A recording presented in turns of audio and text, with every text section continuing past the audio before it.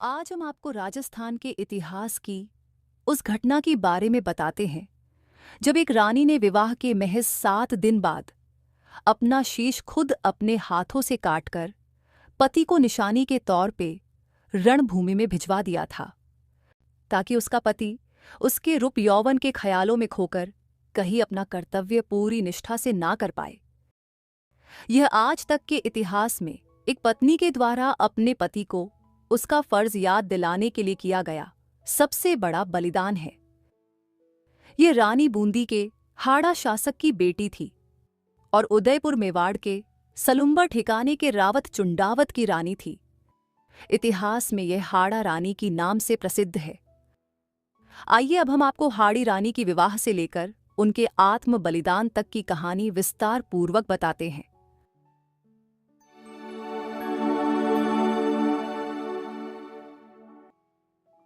शादी को महज एक सप्ताह हुआ था। न हाथों की मेहंदी छूटी थी और न ही पैरों का आलता। सुबह का समय था। हाड़ा सरदार गहरी नींद में थे। रानी सज धज कर राजा को जगाने आई। उनकी आंखों में नींद की खुमारी साफ झलक रही थी। रानी ने हंसी ठिठोली से उन्हें जगाना चाहा। इस बीच दरबान आकर वहां खड़ा हो गया। राजा का ध्यान दरबारी की ओर न जाने पर रानी ने कहा, महाराणा का दूत काफी देर से खड़ा है। वह ठाकुर से तुरंत मिलना चाहते हैं। आपके लिए कोई आवश्यक पत्र लाया है, उसे अभी देना जरूरी है। असमय में दूत के आगमन का समाचार ठाकुर हक्का बक्का रह गया। वे सोचने लगे कि अवश्य कोई विशेष बात होगी। राणा को पता है कि वह अभी ही ब्याह करके लौटे हैं। आपात की घड़ी ही हो सकती है। उसने हाड़ी रानी को अपने कक्ष में जाने को कहा। दूत को तुरंत लाकर बिठाओ, मैं नित्यकर्म से शीघ्र ही निपट कर आता हूं, हाड़ा सरदार ने दरबान से कहा। सरदार जल्दी जल्दी में निवृत्त होकर बाहर आया। सहसा बैठक में बैठे राणा के दूत पर उसकी निगाह जा पड़ी। औपचारिकता के बाद ठाकुर ने दूत से कहा, अरे शार्दूल, तू इतनी सुबह कैसे? क्या भाभी ने घर से खदेड़ दिया है? सारा मजा किरकिरा कर दिया। सरदार ने फिर दूत से कहा, तेरी नई भाभी अवश्य तुम पर नाराज होकर अंदर गई होगी। नई नई है ना, इसलिए बेचारी कुछ नहीं बोली। ऐसी क्या आफत आ पड़ी थी, 2 दिन तो चैन की बंसी बजा लेने देते। मियाँ बीवी के बीच में क्यों कबाब में हड्डी बनकर आ बैठे?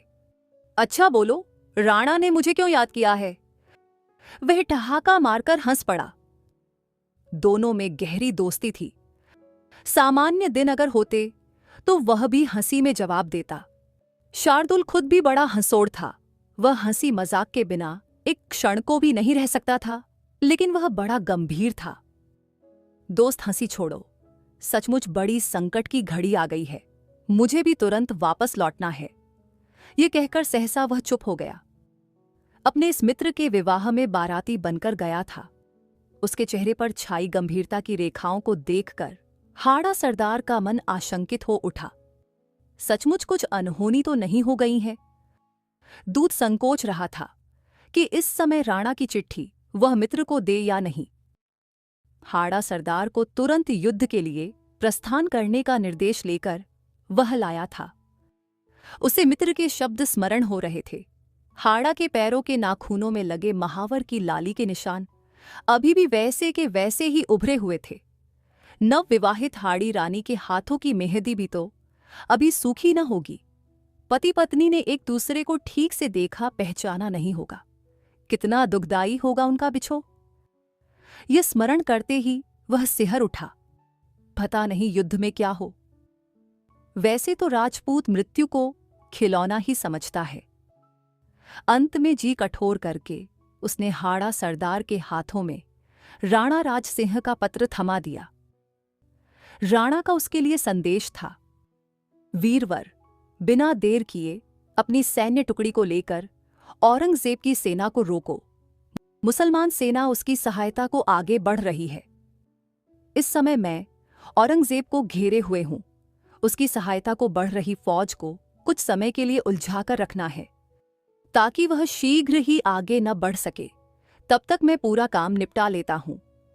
तुम इस कार्य को बड़ी कुशलता से कर सकते हो। यद्यपि यह बड़ा खतरनाक है, जान की बाजी भी लगानी पड़ सकती है। मुझे तुम पर भरोसा है। हाड़ा सरदार के लिए ये परीक्षा की घड़ी थी। एक ओर मुगलों की विपुल सेना और उसकी सैनिक टुकड़ी अति अल्प है। राणा राजसिंह ने मेवाड़ के छीने हुए क्षेत्रों को मुगलों के चंगुल से मुक्त करा लिया था।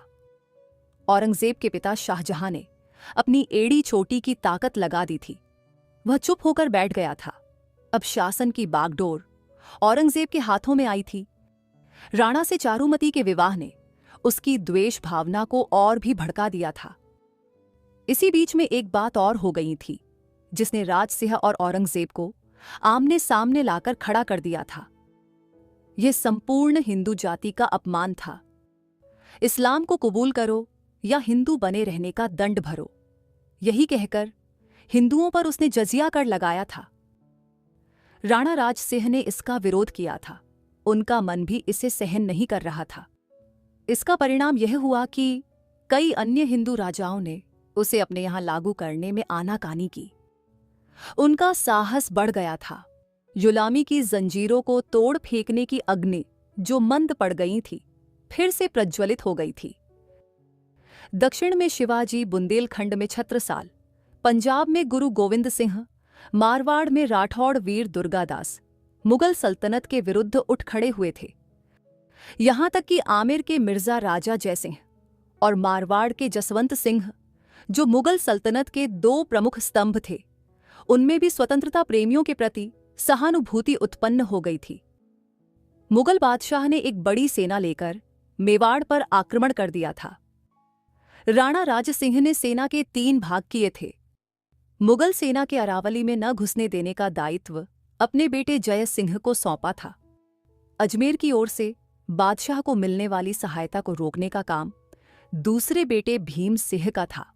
वे स्वयं अकबर और दुर्गादास राठौड़ के साथ औरंगजेब की सेना पर टूट पड़े थे। सभी मोर्चों पर उन्हें विजय प्राप्त हुई थी। बादशाह औरंगजेब की बड़ी प्रिय कॉकेशियन बेगम बंदी बना ली गई थी। बड़ी कठिनाई से किसी प्रकार औरंगजेब प्राण बचाकर निकल सका था। मेवाड़ के महाराणा की यह जीत ऐसी थी कि उनके जीवन काल में फिर कभी औरंगजेब उनके विरुद्ध सिर न उठा सका था। लेकिन क्या इस विजय का श्रेय केवल राणा को था या किसी और को? हाड़ा रानी और हाड़ा सरदार को किसी भी प्रकार से गम नहीं था। मुगल बादशाह जब चारों ओर राजपूतों से घिर गए, उसकी जान के भी लाले पड़े थे। उसका बचकर निकलना मुश्किल हो गया था। तब उसने दिल्ली से अपनी सहायता के लिए अतिरिक्त सेना बुलवाई थी। राणा को यह पहले ही ज्ञात हो चुका था। उन्होंने मुगल सेना के मार्ग में अवरोध उत्पन्न करने के लिए हाड़ा सरदार को पत्र लिखा था। वही संदेश लेकर शार्दुल सिंह मित्र के पास पहुंचा था। एक क्षण का भी विलंब न करते हुए हाड़ा सरदार ने अपने सैनिकों को कूच करने का आदेश दे दिया था। अब वह पत्नी से अंतिम विदाई लेने के लिए उसके पास पहुंचा था। केसरिया बाना पहने युद्धवेश में सजे पति को देखकर हाड़ी रानी चौंक पड़ी। वह अचंभित थी। कहाँ चले स्वामी, इतनी जल्दी? अभी तो आप कह रहे थे कि 4-6 महीनों के लिए युद्ध से फुर्सत मिली है, आराम से कटेगी। यह क्या? आश्चर्य मिश्रित शब्दों में हाड़ी रानी पति से बोली, प्रिय, पति के शौर्य और पराक्रम को परखने के लिए ही तो क्षत्राणियां इसी दिन की प्रतीक्षा करती हैं। वह शुभ घड़ी अभी ही आ गई। देश के शत्रुओं से 2-2 हाथ होने का अवसर मिला है। मुझे यहां से अविलंब निकलना है। हंसते हंसते विदा दो, पता नहीं फिर कभी भेंट हो या ना हो। हाड़ा सरदार ने मुस्कुराकर पत्नी से कहा। हाड़ा सरदार का मन आशंकित था। सचमुच ही यदि न लौटा तो मेरी इस अर्धांगिनी का क्या होगा? एक ओर कर्तव्य और दूसरी ओर था पत्नी का मोह। इसी अंतर्द्वंद में उसका मन फंसा था। उसने पत्नी को राणा राजसिंह के पत्र के संबंध में पूरी बात विस्तार से बता दी थी। विदाई मांगते समय पति का गला भर आया है, यह हाड़ी रानी की तेज आंखों से छिपा न रह सका। यद्यपि हाड़ा सरदार ने उसे भरसक छिपाने की कोशिश की। हताश मन व्यक्ति को विजय से दूर ले जाता है। उस वीर बाला को ये समझते देर न लगी कि पति रणभूमि में तो जा रहा है, पर मोहग्रस्त होकर पति विजयश्री प्राप्त करे, इसके लिए उसने कर्तव्य की वेदी पर अपने मोह की बलि दे दी। वह पति से बोली, स्वामी जरा ठहरिए, मैं अभी आई। वह दौड़ी दौड़ी अंदर गई, आरती का थाल सजाया, पति के मस्तक पर टीका लगाया, उसकी आरती उतारी। वह पति से बोली, मैं धन्य हो गई ऐसा वीर पति पाकर। हमारा और आपका तो जन्म जन्मांतर का साथ है। राजपूत रमणियां इसी दिन के लिए तो पुत्र को जन्म देती हैं। आप जाएं स्वामी, मैं विजयमाला लिए द्वार पर आपकी प्रतीक्षा करूंगी। उसने अपने नेत्रों में उमड़ते हुए आंसुओं को पी लिया था। पति को दुर्बल नहीं करना चाहती थी। चलते चलते पति उससे बोला, प्रिय, मैं तुमको कोई सुख न दे सका, बस इसका ही दुख है। मुझे भूल तो नहीं जाओगी? यदि मैं न रहा तो। उसके वाक्य पूरे भी न हो पाए थे कि हाड़ी रानी ने उसके मुख पर हथेली रख दी। नहीं स्वामी, ऐसी अशुभ बातें न बोलो। मैं वीर राजपूतनी हूं, फिर वीर की पत्नी भी हूं। अपना अंतिम धर्म अच्छी तरह जानती हूं। आप निश्चित होकर प्रस्थान करें, देश के शत्रुओं के दांत खट्टे करें, यही मेरी प्रार्थना है। हाड़ा सरदार ने घोड़े को ऐंठ लगाई। रानी उसे एकटक निहारती रही, जब तक वह आंखें से ओझल न हो गया। उसके मन में दुर्बलता का जो तूफान छिपा था, जिसे अभी तक उसने बरबस रोक रखा था, वह आंखों से बह निकला। हाड़ा सरदार अपनी सेना के साथ हवा से बातें करता उड़ा जा रहा था, किंतु उसके मन में रह रहकर आ रहा था कि कहीं सचमुच मेरी पत्नी मुझे बिसार न दे। वह मन को समझाता, पर उसका ध्यान उधर ही चला जाता। अंत में उससे रहा न गया। उसने आधे मार्ग से अपने विश्वस्त सैनिकों को रानी के पास भेजा।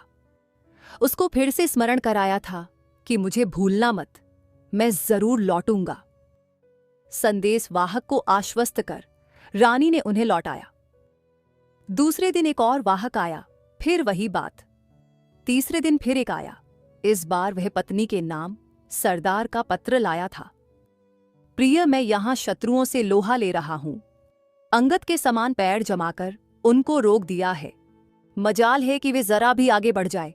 यह तो तुम्हारे रक्षा कवच का प्रताप है, पर तुम्हारे बड़ी याद आ रही है। पत्र वाहक द्वारा कोई अपनी प्रिय निशानी अवश्य भेज देना। उसे ही देखकर मैं मन को हल्का कर लिया करूंगा। हाड़ी रानी पत्र को पढ़कर सोच में पड़ गई। युद्धरत पति का मन यदि मेरी याद में ही रमा रहा, उनके नेत्रों के सामने यदि मेरा ही मुखड़ा घूमता रहा, तो वह शत्रुओं से कैसे लड़ेंगे, विजयश्री का वरण कैसे करेंगे। उसके मन में एक विचार कौन था। वह सैनिक से बोली, वीर, मैं तुम्हें अपनी अंतिम निशान दे रही हूं, इसे ले जाकर उन्हें दे देना। थाल में सजाकर सुंदर वस्त्र से ढककर अपने वीर सेनापति के पास पहुंचा देना, किंतु इसे कोई और न देखे, वे ही खोलकर देखें। साथ में मेरा यह पत्र भी दे देना। हाड़ी रानी के पत्र में लिखा था, प्रिय, मैं तुम्हें अपनी अंतिम निशानी भेज रही हूं। तुम्हारे मोह के सभी बंधनों को काट रही हूं। अब बेफिक्र होकर अपने कर्तव्य का पालन करे। मैं तो चली, स्वर्ग में तुम्हारी बाट जोहूंगी। पलक झपकते ही हाड़ी रानी ने अपने कमर से तलवार निकाल एक झटके में अपने सिर को उड़ा दिया। वह धरती पर लुढ़क पड़ा। सिपाही के नेत्रों से अश्रुधारा बह निकली। कर्तव्य कर्म कठोर होता है। सैनिक ने स्वर्ण थाल में हाड़ी रानी के कटे सिर को सजाया, सुहाग के चूनर से उसको ढका और भारी मन से युद्ध भूमि की ओर दौड़ पड़ा।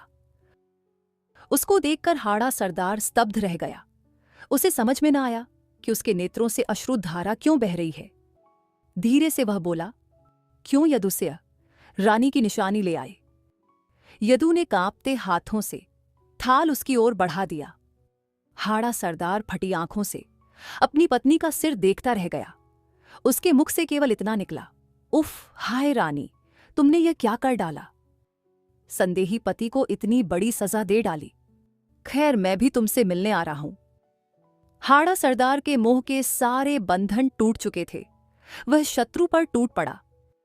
इतना अप्रतिम शौर्य दिखाया था कि उसकी मिसाल मिलना बड़ा कठिन है। जीवन की आखिरी सांस तक वह लड़ता रहा। औरंगजेब की सहायक सेना को उसने आगे नहीं बढ़ने दिया जब तक मुगल बादशाह मैदान छोड़कर भाग नहीं गया था। इस विजय का श्रेय किसको? राणा राजसिंह को या हाड़ा सरदार को, हाड़ी रानी को, अथवा उसकी इस अनोखी निशानी को?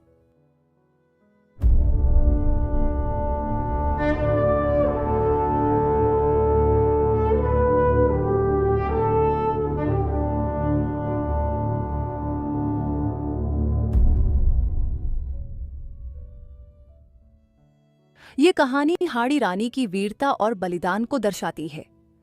हाड़ी रानी ने अपने पति हाड़ा सरदार को युद्ध में जाने से पहले एक अनोखी निशानी दी, जो कि उसका अपना सिर था। इस बलिदान ने हाड़ा सरदार को अपने मोह के बंधनों से मुक्त कर दिया और उसे युद्ध में जीत हासिल करने में मदद की। ये कहानी हमें यह सिखाती है कि सच्चा प्रेम और बलिदान कितना महत्वपूर्ण हो सकता है। हाड़ी रानी का बलिदान उसके पति के लिए एक सच्चे प्रेम का प्रमाण है। हाड़ी रानी का बलिदान और हाड़ा सरदार की वीरता हमें साहस और वीरता की महत्ता को दर्शाती है। दोस्तों, आज की यह कहानी यहीं पर समाप्त होती है। आपको आज की यह कहानी कैसी लगी, कमेंट करके जरूर बताइएगा। और ऐसी ही मजेदार कहानियां सुनते रहने के लिए हमारे YouTube चैनल मैजिक मंत्रा को जल्दी से सब्सक्राइब कर लीजिए। धन्यवाद। जय हिंद, जय भारत।